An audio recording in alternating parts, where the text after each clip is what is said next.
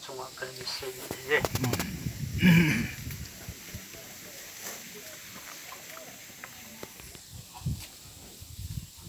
Tu ni program he ho program he pun chung lama pan in ho e pe wa kona e gon pe thil so e je in ipam thim chi dio ma in pe ipakai Yesu Krista kam su su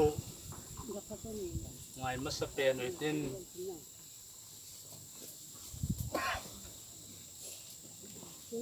John Sutipana tu pha bung som le khat chang som ni le nga Jesun amanu za ma tha za ke ma tho kit na le hin ka hi ke ma e ta san chu thi rong le hing ding a hi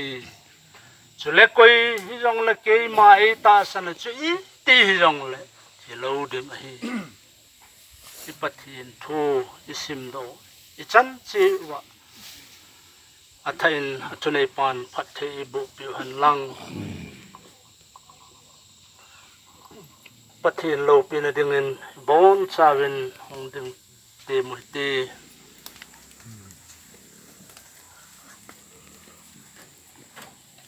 tuni nisim som sa gu kum sang ni le som le gu nidan thum le minute som thum to kin han hin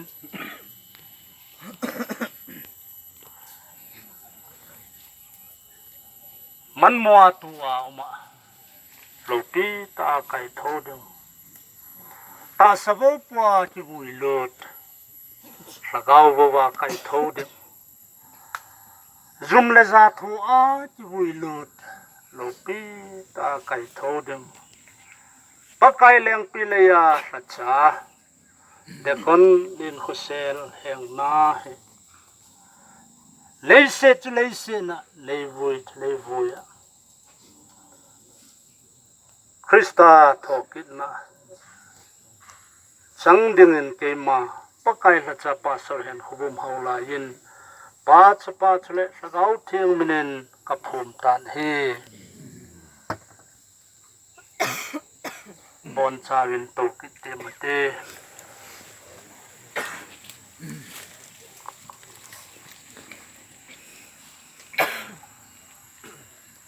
pathin wa chaina hang tha te a konin ga ngai hlau tin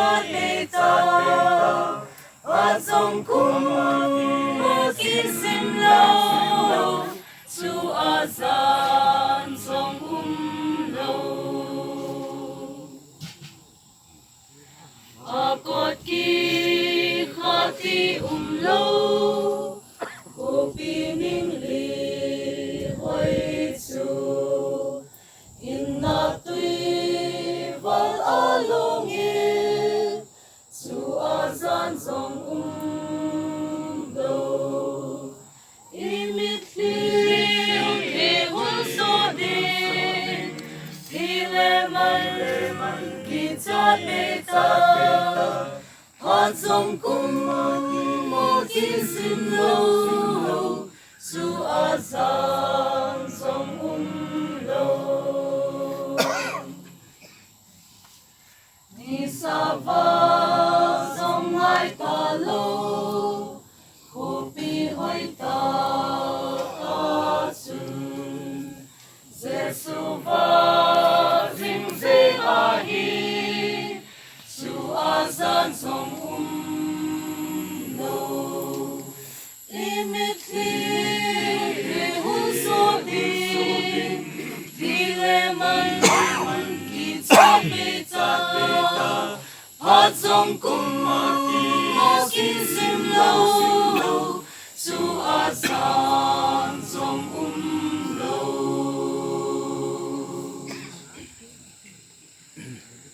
Wa chayna lange ta e sa piwa hang tha te zalin jong pathin I thang wa un nei je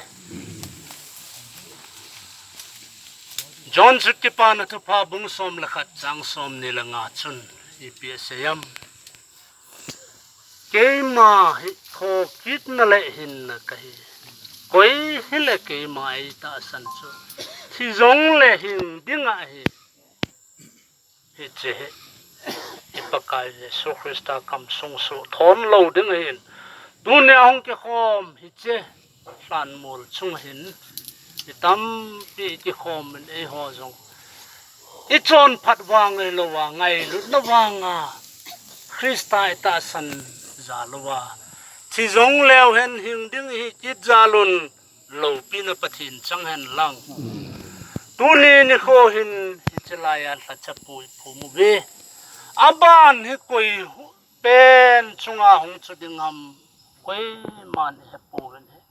he je chun iging zinga in khu iman na pasok pite ho ngai to te Genesis asimtil bu bung ni lamachun van le se asimin ane group nin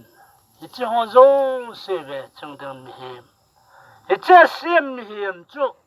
leigui leingan alan atin. Tuni hin ichi leisi hi. Ita sa chungwa le ichi dawin iching flavin isop flavin. Ahin la ihin ho ita sao bo hi. Ahin la ichi sunga hin pakain hin na epivin. Ama ako na hin na imu hin aphat ahi tiang le aman akila ki dahize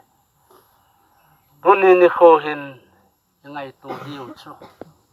in kho hin na pa hi achi mang ti nga hi le ta sa hi pan na be etan le se chang ji etai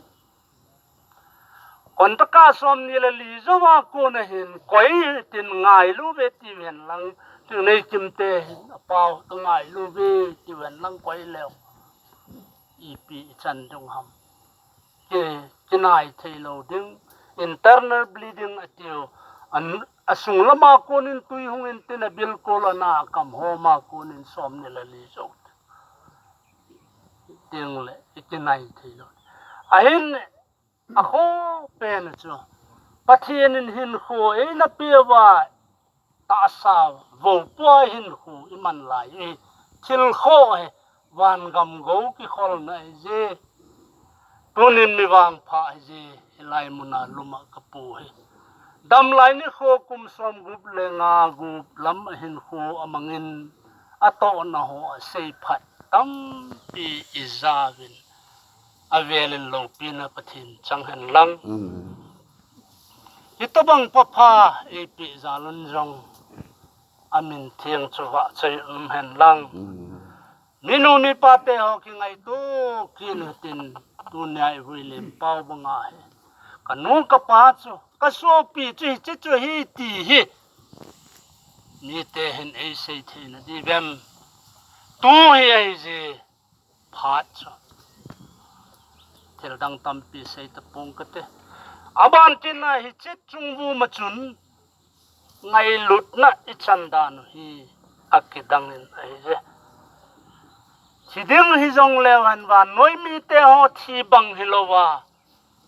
ít thiêu dòng hi ama to ki mu to na hi ki jalan dòng hallelujah lo pin a pathin chang han lang